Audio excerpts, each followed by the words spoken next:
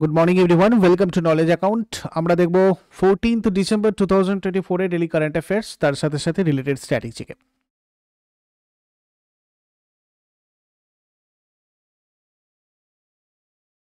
আজকে তোমাদের static GK bouncer হবে এরপরে 10:30 থেকে, এবং ডাব্লিউবিপি জিকে ম্যারাথন আজকে 7টা থেকে হবে। তো টেলিগ্রামে আমি লিঙ্ক শেয়ার করে দিয়েছি, তোমরা ওখান থেকে ক্লাসগুলো জয়েন করে নাও। যারা যারা নতুন রয়েছো, ইউটিউব থেকে নোটিফিকেশান না পেলে আমি বারবার বলছি তোমরা টেলিগ্রামে যুক্ত হয়ে থাকো, ওখান থেকে তোমাদের নোটিফিকেশান চলে আসবে। আজকের ফার্স্ট কোশ্চেন আমাদের, কে 18তম ফাইট বিশ্ব দাবা চ্যাম্পিয়ন হয়েছেন? 18তম ফাইট বিশ্ব দাবা চ্যাম্পিয়ন হয়েছেন ডি গুকেশ। তো গুকেশ ডোম্বারাজু এনার পুরো নাম। এনার বাড়ি হচ্ছে চেন্নাইয়ের বাসিন্দা। তো ইনি চীনা গ্র্যান্ডমাস্টার ডিং লিরেনকে পরাজিত করে সর্বকনিষ্ঠ ফাইট বিশ্ব দাবা চ্যাম্পিয়ন হয়েছেন। এখানে ইম্পর্টেন্ট পয়েন্ট হচ্ছে আমাদের এই সর্বকনিষ্ঠ হয়েছেন ইনি, ঠিক আছে? এনার একটা রেকর্ড। এর আগে রাশিয়ান দাবা খেলোয়াড় গ্যারি ক্যাসপারভেভ রেকর্ড ভেঙেছেন। তার একটা রেকর্ড ছিল, উনি 1985-তে ওনার বয়স ছিল 22 বছর। তখন 22 বছর বয়সে রাশিয়ান সহকর্মী মানে আনাতোলি কার্পভকে হারিয়ে তিনি বিশ্ব চ্যাম্পিয়ন হয়েছিলেন। কিন্তু ডি গুকেশ 18 বছর বয়সে সর্বকনিষ্ঠ ফাইট বিশ্ব দাবা চ্যাম্পিয়ন হয়েছেন। তো সেক্ষেত্রে এটা আমাদের খুব ইম্পর্টেন্ট একটা পয়েন্ট। বিশ্বনাথ আনন্দের পর ডি গুকেশ দ্বিতীয় ভারতীয় যিনি বিশ্ব দাবা চ্যাম্পিয়ন হয়েছেন। আর বিশ্বনাথন আনন্দ 15তম দাবা খেলোয়াড় যিনি 2007 সালে বিশ্ব দাবা চ্যাম্পিয়ন হন, এবং পরে তিনি 2008, 10, 12 এগুলোতেও তিনি বিশ্ব দাবা চ্যাম্পিয়ন শিরোপা জিতেছিলেন। নেক্সট, মহিলা প্রিমিয়ার লিগ 2025-এ গুজরাট জায়ান্টস তাদের বোলিং কোচ হিসাবে কাকে নিযুক্ত করেছে? প্রবীণ তাম্বেকে নিযুক্ত করেছেন 2025-এ মহিলা প্রিমিয়ার লিগ 2025-এর জন্য গুজরাট জায়ান্টস, ঠিক আছে? প্রবীণ তাম্বেকে বোলিং কোচ আর অস্ট্রেলিয়ান ড্যানিয়েল মার্সকে ব্যাটিং কোচ হিসেবে নিযুক্ত করেছে। প্রধান coach Michael Klinger. Next, Merriam Webster 2024 হিসাবে কোন শব্দটা মেরিয়াম ওয়েবস্টারের 2024-এ ওয়ার্ড অফ দ্য ইয়ার হয়েছে পোলারাইজেশন। দেখো, এর আগে 2023-এ হয়েছিল অথেন্টিক মেরিয়াম ওয়েবস্টারের, আর 2022-এ হয়েছিল গ্যাস লাইটিং, 2021-এ হয়েছিল ভ্যাকসিন, 2020-এ প্যান্ডেমিক। মেরিয়াম ওয়েবস্টারের তোমার হচ্ছে ওয়ার্ড অফ দ্য ইয়ার হয়েছিল।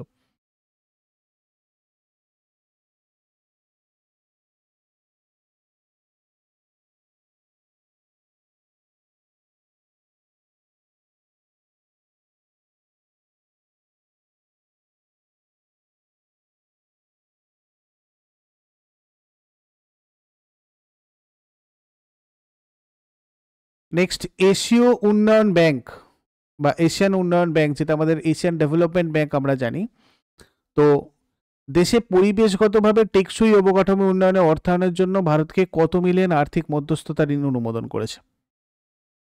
500 মিলিয়ন ঋণ অনুমোদন করেছে রিসেন্টলি এশিয়ান ডেভেলপমেন্ট ব্যাংক। এশীয় ডেভেলপমেন্ট ব্যাংক, যেটা আমাদের এশিয়ান ডেভেলপমেন্ট ব্যাংক, এর হেডকোয়ার্টার রয়েছে ফিলিপিন্সের মান্দালুয়াংয়ে।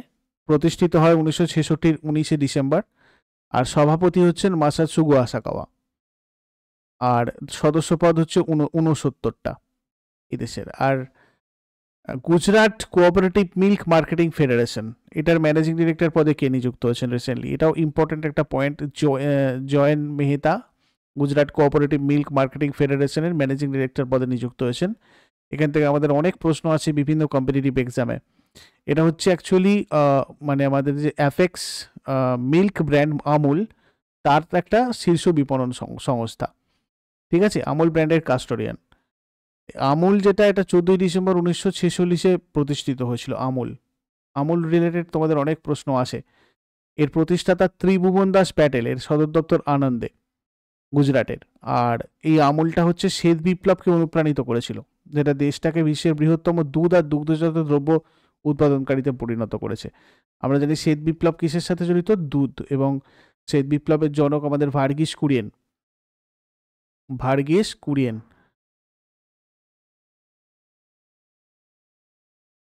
নেক্সট, কোন দেশ সফলভাবে কক্ষপথে সামান-1 এবং ফাকার-1 স্যাটেলাইট উৎক্ষেপণ করেছে?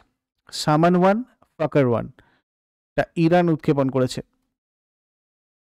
এগুলো ইরানের তেহরানের গ্রামীণ সেমনান প্রদেশের ইমাম খোমেনি স্পেস লঞ্চ টার্মিনাল থেকে উৎক্ষেপণ করা হয়েছে। এই ফাকার-1 যে স্যাটেলাইটটা, এটা একটা কমিউনিকেশন স্যাটেলাইট। এসে ইরান কর্পোরেশন এবং তেহরান, মানে ইরান বেসড একটা মালিক আস্তার ইউনিভার্সিটি অফ টেকনোলজি সহযোগিতায় ইরানি সেনাবাহিনী দ্বারা ডিজাইনার ডেভেলপ করা হয়েছে। এর নামকরণ করা হয়েছে ইরানি বিজ্ঞানী ডক্টর মোহসেন ফাকরি জাহাদের নামে, ওই জন্য ফাকার-1। উদ্দেশ্য কমিউনিকেশন স্যাটেলাইট। এটা সামান-1, এটা হচ্ছে ইরানি স্পেস রিসার্চ সেন্টার এর প্রযুক্তিবিদদের দ্বারা ডিজাইন এবং ডেভেলপ করা হয়েছে। এটার লক্ষ্য জিওসিঙ্ক্রোনাস কক্ষপথের মতো উচ্চতর কক্ষপথ পর্যন্ত লিওতে স্যাটেলাইট বাড়ানো। তারপরে কোন দেশের মানে সেনাপ্রধান জেনারেল অশোক রাজ সিকদলকে ভারতীয় সেনাবাহিনীর জেনারেল সম্মানসূচক পদ প্রদান করেছেন রাষ্ট্রপতি দ্রৌপদী মুর্মু? নেপাল। ঠিক আছে, আমাদের রাষ্ট্রপতি দ্রৌপদী মুর্মু একটা অনুষ্ঠানে নেপালের সেনাপ্রধান জেনারেল অশোক রাজ সিকদলকে ভারতীয় সেনাবাহিনীর জেনারেল এর সম্মানসূচক পদে ভূষিত করেছেন। নেপাল সম্পর্কে আমরা আরেকবার দেখে নিই। ভারতের 5টা রাজ্যের সাথে নেপালের মোট 1751 কিলোমিটার সীমান্ত রয়েছে। তার মধ্যে বিহারের সাথে সব থেকে বেশি, উত্তরপ্রদেশ, উত্তরাখণ্ড, পশ্চিমবঙ্গ এবং সিকিম, এই কটা রাজ্যের সাথে নেপালের আমাদের বাউন্ডারি রয়েছে। নেপালের রাজধানী কাঠমান্ডু, মুদ্রা নেপালি রুপি। প্রধানমন্ত্রী কেপি শর্মা ওলি, রাষ্ট্রপতি রামচন্দ্র পাউডেল। নেপাল আর ব্রিটেনের চুক্তি হয়েছিল 1923-তে, 1923 সালের 21 ডিসেম্বরে। সরকারি ভাষা হচ্ছে নেপালি। সংসদের নাম দ্য ন্যাশনাল অ্যাসেম্বলি। আসন সংখ্যা মোট 275টা। ন্যাশনাল অ্যান্থেম সায়ুন থুঙ্গা ফুলকা। National sports volleyball. National animal cow. National bird Himalayan monal. National flower হচ্ছে তোমার রোডোডেন্ড্রন। উৎসব দশইন।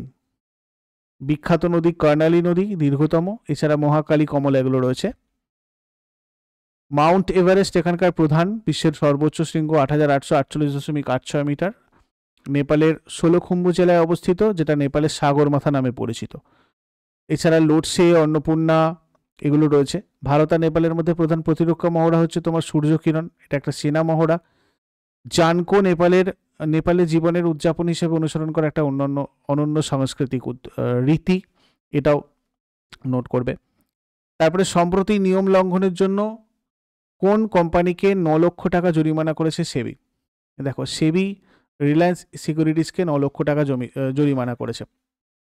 বাজার নিয়ন্ত্রক securities and exchange board of India ওরফে সেবি রিলায়েন্স সিকিউরিটিজ সংস্থার ওপর 9 লক্ষ টাকা জরিমানা করেছে, মানে আমাদের রিলায়েন্স ইন্ডাস্ট্রিজের। বাজারের নিয়ম নীতি আর স্টক ব্রোকারেজ ফার্মের নিয়ম লঙ্ঘন করেছে সেই সংস্থা, সেই জন্য 9 লক্ষ টাকা জরিমানা করেছে। রিলায়েন্স সিকিউরিটিজ লিমিটেড প্রতিষ্ঠিত হয় 2005-এর 17 জুনে। এর হেডকোয়ার্টার ইন্ডিয়ার মুম্বাইয়ে রয়েছে। চিফ এক্সিকিউটিভ অফিসার হচ্ছেন লাভ চতুর্বেদী। তারপর women's hockey junior Asia cup 2024 অনুষ্ঠিত হবে কোথায়?